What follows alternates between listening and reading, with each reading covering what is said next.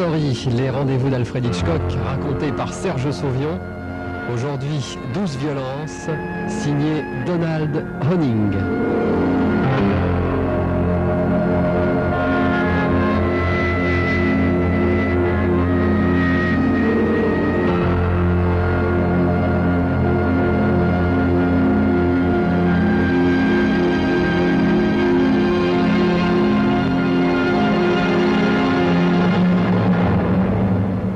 Comme tous les matins de la semaine, à 9h sonnantes, Timothy Parker entre dans la cage grillagée qui est son domaine et s'assoit derrière son guichet.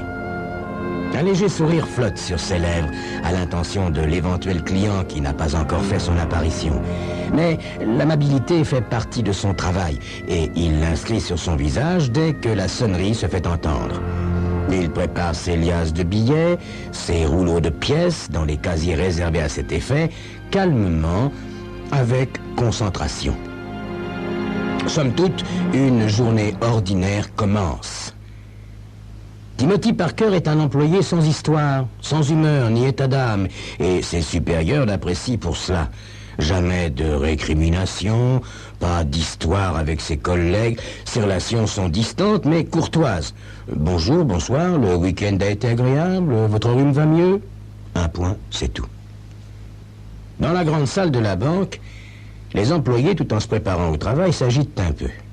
Ils s'interpellent et rient, se racontent leur soirée de la veille. Ils forment un petit groupe homogène avec son histoire, ses rites, ses difficultés et ses beaux moments. Mais Timothy Parker n'en fait pas partie. Tout le monde a oublié ce petit homme à la cinquantaine rondouillarde, au visage blanc et rond, dont les yeux semblent s'estomper derrière des lunettes à verre épais.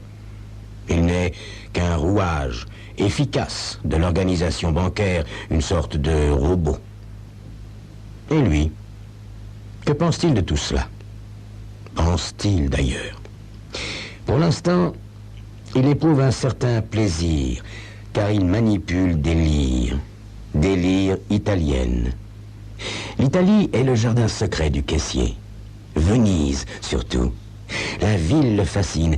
Il s'y imagine bercé par les flots de ses canaux, admirant les magnifiques façades de ses palais, ou bien le soir, dînant au clair de lune, au bord de la lagune. Ah, s'il pouvait prendre un avion et se retrouver là-bas, dans un autre temps, dans une autre vie. Il forme quelquefois le projet de partir là-bas pour les vacances. Après tout, ce n'est pas irréalisable. Il est célibataire et en économisant un petit peu, ce serait pas impossible. Mais au fond de lui, Timothy Parker n'y croit pas. Non, il sait bien qu'il n'en aura pas le courage. Il s'est trop enfoncé, enveloppé dans cette vie d'habitude, ce parcours sans événements. C'est impossible, il ne pourrait pas supporter les imprévus, la moindre incertitude. Les clients commencent à entrer et s'adressent aux différents guichets. Vers 10h30, au moment où il y a un creux dans le travail, il en profite, comme chaque jour, pour aller chercher un verre d'eau, car le médecin lui a recommandé de boire beaucoup. Tout d'abord, quand il revient vers son guichet, en faisant bien attention de ne pas renverser de liquide, il ne remarque rien. D'ailleurs, personne n'a encore rien remarqué. Et puis, il les voit. Ce sont deux hommes ordinaires pourtant, bien habillés, sobrement même. Il y a un grand brun, la trentaine, avec une petite moustache. L'autre est plus petit, avec un teint coupe rosé et des cils blonds qui lui donnent un aspect porcin. Tous deux tiennent un attaché-caisse à la main comme de parfaits hommes d'affaires. Mais qu'est-ce qui a attiré son attention sur eux?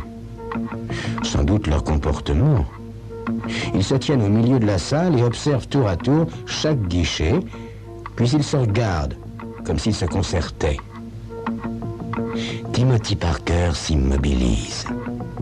Un événement insolite est en train de se produire et bizarrement, il sent une sensation de plaisir l'envahir, un plaisir presque physique, comme s'il souhaitait que ces deux hommes soient vraiment ce qu'il pressent.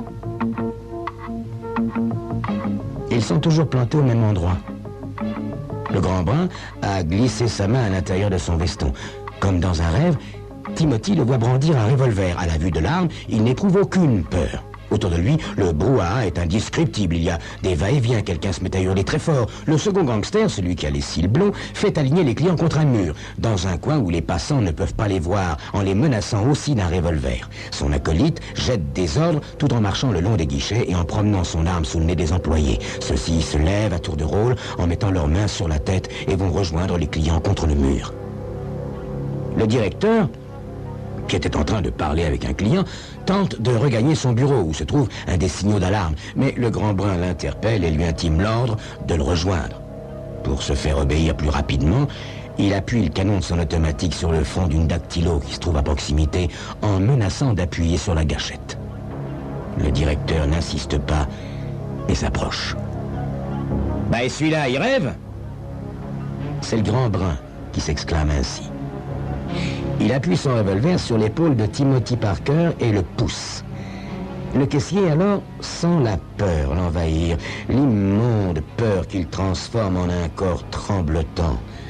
À la suite de ses collègues, il se dirige vers le coin de la salle où les clients s'entassent déjà, serrés peureusement les uns contre les autres. Une jeune femme pleure en reniflant, ses joues sont sillonnées de grandes traces noires. Les autres sont blêmes et hébétés.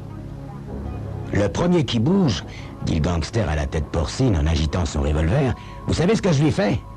Vous avez vu à la télé comment ça se passe un hold-up? Pas besoin de vous faire un dessin, hein? Dans le fond de la salle, Timothy aperçoit le directeur entrant dans la salle du coffre en compagnie de l'autre gangster qu'il menace toujours de son arme. L'attente semble très longue. Enfin, les deux hommes ressortent et s'approchent. Le directeur porte les deux attachés-caisses. Sur l'ordre du grand brun, il les pose à terre et vient se placer au milieu des clients et du personnel. Sur tous les visages, l'espoir renaît timidement. Ah oui, c'est fini maintenant. Les deux hommes ont réussi leur coup. Ils vont repartir. Le grand brun saisit la poignée d'un attaché-caisse et braque son revolver sur les otages. Il les dévisage avec attention, à tour de rôle. « Alors, lequel tu choisis ?» demande son compagnon en saisissant l'autre mallette. « L'hurluberlu, je crois, » répond le brun. Les deux bandits fixent Timothy Parker qui, tout d'abord, ne comprend pas. Qu'est-ce qu'ils veulent dire par là? Est-ce bien de lui qu'ils parlent? Le caissier pointe son doigt sur sa poitrine et s'entend prononcer « Qui? Moi ?»« Ouais, toi !» répond le grand brun en agitant son revolver. « Avance !» Timothy fait 2 pas en avant. Son cœur s'emballe et la sueur coule dans son dos. « On t'emmène avec nous faire une petite promenade !» explique le grand brun. « T'en as de la chance, t'es notre préféré. Comme ça, tes copains, ils seront pas tentés de prévenir les flics trop tôt. Tu comprends? » Puis il s'adresse au directeur. « Vous n'appelez pas avant 20 minutes, sinon le petit gros, vous pourrez faire la quête pour lui acheter une couronne de fleurs. C'est compris ?» Le directeur ouvre la bouche, peut-être pour protester, mais il se ravise et se contente d'opiner du chef. Timothy sent le canon du revolver qui s'enfonce dans ses côtes. Il marche entre les deux hommes qui se dirigent vers la sortie. Mais comment ont-ils pu le choisir? Lui, le plus effacé, le plus timide, celui qui existe à peine. Enfin, c'est impossible. Une telle aventure ne peut pas arriver à Timothy Parker.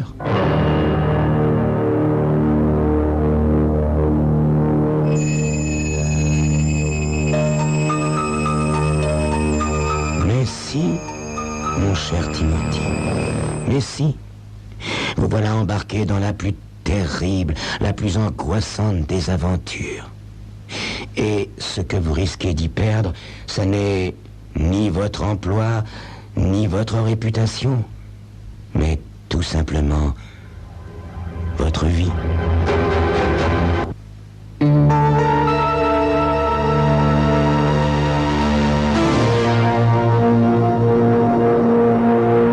Dans la rue, les deux hommes avancent rapidement. Le grand brun se colle derrière Timothy Parker, le canon du revolver enfoncé dans le dos du petit homme. Il parcourt une vingtaine de mètres au milieu des passants, indifférents, et s'arrête près d'une voiture noire. Timothy, dans un état second, voit une portière s'ouvrir. On le pousse à l'intérieur et il se retrouve assis sur la banquette avant, entre ses deux ravisseurs. C'est le petit, aux cils blonds, qui a pris le volant. Il s'engage rapidement dans la circulation dense en cette fin de matinée. Il conduit calmement, attentif seulement à gagner des places dans les files de véhicules. L'autre allume une cigarette et la colle entre les lèvres de son compagnon. Puis il présente son paquet à Timothy. « Tiens, ça te calmera les nerfs. » D'un signe de tête, le petit homme refuse. Il a la gorge serrée et une légère envie de vomir. Pour un peu, il sangloterait. Mais il résiste. Il ne doit pas s'effondrer. Il a peur des railleries que ces hommes ne manqueraient pas de lui adresser. Il faut absolument faire bonne figure. Alors il regarde droit devant lui, à travers le large pare-brise, sans rien voir d'ailleurs. Il songe aux autres dans la banque.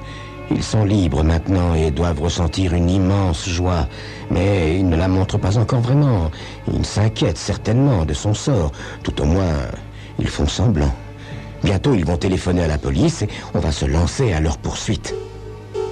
La voiture roule maintenant beaucoup plus vite dans les faubourgs de la ville. Peut-être va-t-on bientôt tomber sur un barrage. Dans la voiture, les deux gangsters sont silencieux, tendus, inquiets certainement. C'est bien la preuve que ce qu'il espère peut très bien se produire. Cette constatation lui redonne du courage. Il prend conscience que la peur l'a pratiquement quitté. Jamais il ne l'aurait cru, mais finalement, il se montre parfaitement capable de faire face à la situation. « Fonce maintenant, Champ !» conseille le grand brun à son compagnon. Le dénommé Champ répond par un grognement. Timothy regarde l'aiguille qui grimpe lentement sur le tableau de bord. Les dernières maisons de la ville défilent. Ils sont bientôt en pleine campagne et la route se déroule devant eux à l'infini. Aucun obstacle à l'horizon. Les espoirs de Timothy s'évanouissent. Maintenant, il est vraiment embarqué dans cette aventure avec les deux gangsters. « Dis donc, Maxi, » dit soudain le conducteur, « tu trouves pas que notre copain est bien silencieux? Habituellement, un otage, ça parle, ça pose des questions, ça pleurniche même. » Ouais, bah pas celui-là, Champ. Il est super. La seule chose qu'il voit, c'est que ça lui fait une journée de congé. Et à la campagne encore. Les deux hommes éclatent de rire. Ils sont tout joyeux maintenant. La conviction d'avoir réussi leur coup les rend euphoriques. « Et comment tu t'appelles, mon gars ?» demande Maxi. « Non, puisqu'on va passer un petit moment ensemble, autant faire connaissance. »« Alan. » Timothy n'a pas pu prononcer son véritable prénom. Il lui a semblé tout à coup maniéré et ridicule, trop révélateur de sa personnalité. Et c'est le nom d'Alan qui lui est venu aux lèvres. Alan comme Alan Ladd, l'acteur préféré, le héros de son enfance. La voiture s'engage soudain dans un chemin forestier où elle se met à cahoter sur les ornières. Elle roule ainsi pendant un long temps à travers bois. Enfin, ils aboutissent dans une clairière où se trouve une cabane en bois d'aspect plus que rudimentaire. Champ arrête le moteur et ils sortent de voiture. Un grand silence apaisant enveloppe les trois hommes. Timothy se laisse presque aller à cette sensation, mais la voix du grand brun qui est en train d'ouvrir la porte de la cabane le fait sursauter. « Champ, prends la corde dans le coffre, dépêche-toi !»« Mon Dieu, mais ils vont me pendre! C'est ça? Ils vont me pendre !» Timothy est prêt à s'élancer pour tenter de fuir, mais Maxi lui attrape le bras et l'entraîne dans la baraque. L'intérieur en est meublé de manière rudimentaire, d'une table, de quelques sièges et d'un lit de camp. Champ fait asseoir Timothy sur une chaise et commence à le ficeler dessus avec un art consommé qui dénote une très grande habitude. Pour terminer, il lui noue solidement les poignets derrière le dos. Timothy est soulagé malgré l'humiliation qu'il ressent à être ainsi immobilisé. « Ah, vous me faites mal !» s'écrie-t-il. Champ ne lui répond même pas. Il s'approche de la table où Maxi a répandu le contenu des attachés-caisses. Les deux hommes contemplent ce tas de billets avec fascination. « Hé, Alan, pour combien tu crois qu'il y en a ?» demande Champ en se retournant vers Timothy. « 120 000 $. répond Timothy avec assurance. On va voir, murmure Maxie en commençant à compter. Champ l'imite aussitôt. Les deux hommes manipulent les billets lentement, avec application. Ça dure assez longtemps. Timothy a envie de remuer, mais les cordes lui irritent la peau. Cette immobilité lui semble insupportable. 126 000 $, annonce enfin Maxie en reposant la dernière liasse. Bravo, Alan. On peut dire que l'argent, ça te connaît. Détachez-moi, s'il vous plaît. Je bougerai pas, je vous le promets, supplie Timothy. C'est ça, dit Champ en s'esclaffant. Tu voudrais peut-être aussi qu'on partage l'argent avec toi? Mais qu'est-ce que vous avez l'intention de faire de moi? Eh ben, on sait pas encore, dit Maxie. Peut-être qu'on va te laisser ici, comme ça, et t'auras plus qu'à attendre que les écureuils viennent grignoter les cordes pour te délivrer, à moins qu'ils aient autre chose à faire, alors là, dans ce cas. Un sourire cruel s'épanouit sur le visage du grand brun. Timothy s'efforce de ne pas montrer la panique qui l'envahit à l'idée de rester là, ficelé, jusqu'à ce que mort s'en suive. La sueur coule dans son dos. Ses mains sont moites. Une vision d'horreur passe devant ses yeux, celle d'un squelette, assis sur une chaise, avec des cordes qui s'enroulent mollement autour, au milieu d'un enchevêtrement de toiles d'araignée. Les deux hommes sont en train de replacer les billets dans les attachés-caisses en parlant à voix basse. Vont-ils partir maintenant? Non. Ils sortent, mais en laissant l'argent sur la table. Dès qu'ils ont fermé la porte, Timothy commence aussitôt à s'agiter. Malgré la souffrance, il essaie de libérer ses poignets. Peut-être Maxie n'a-t-il fait que plaisanter pour lui faire peur. Et ils vont le relâcher quand ils partiront. À moins qu'il ne décide de lui loger une balle dans le crâne. Comment savoir? La haine pour ces hommes qui l'humilient et le terrorisent décuple sa volonté de réussir. Autour de ses poignets, les liens se sont un peu relâchés, semble-t-il. Mais oui, une de ses mains, puis l'autre se libère enfin. Il poursuit sa besogne, le cœur battant, mais se rend très vite compte qu'il n'est pas au bout de ses peines. Ses liens compriment fortement sa poitrine et ses bras, l'empêchant d'être vraiment efficace. Alors il est pris d'une fureur telle qu'il se met à se balancer d'avant en arrière, puis dans tous les sens, de plus en plus fort. Tout à coup, il se sent partir en arrière. Instinctivement, il tente de retrouver son équilibre, mais n'y parvient pas, et tombe lourdement sur le plancher dans un fracas épouvantable. Alors c'est le miracle. La chaise se disloque complètement. Il se retrouve allongé sur le sol au milieu d'un fatras de bouts de bois et de cordes. Il s'en dépêtre rapidement et se lève tout tremblant. Que faire? Maxie et Champ peuvent revenir d'un instant à l'autre et le trouver ainsi. Il ne peut pas s'échapper de la maison sans que les deux hommes qui discutent près de la voiture ne le voient. S'asseoir à nouveau sur une chaise, s'entourer de la corde pour faire croire qu'il n'a pas bougé, difficile à réaliser. D'ailleurs, en a-t-il vraiment le temps? Il voit dehors les gangsters qui se séparent. Maxie s'éloigne et entre dans le sous-bois, tandis que Champ revient vers la maison. Timothy se penche et ramasse un morceau de la chaise. Il se place à côté de la porte. Champ entre et s'immobilise sur le seuil en constatant que le prisonnier n'est plus là, sur la chaise. Il dégaine aussitôt son revolver. Timothy ne lui laisse pas le temps d'achever son geste. De toutes ses forces, il lui assène un grand coup sur le crâne et le gangster s'écroule lourdement face contre terre, le bras tendu, tenant toujours son arme à la main. Le petit caissier regarde son œuvre, stupéfait. Champ remue légèrement, puis brusquement se retourne en roulant sur lui-même. Timothy se jette sur lui, arrache son arme et vise.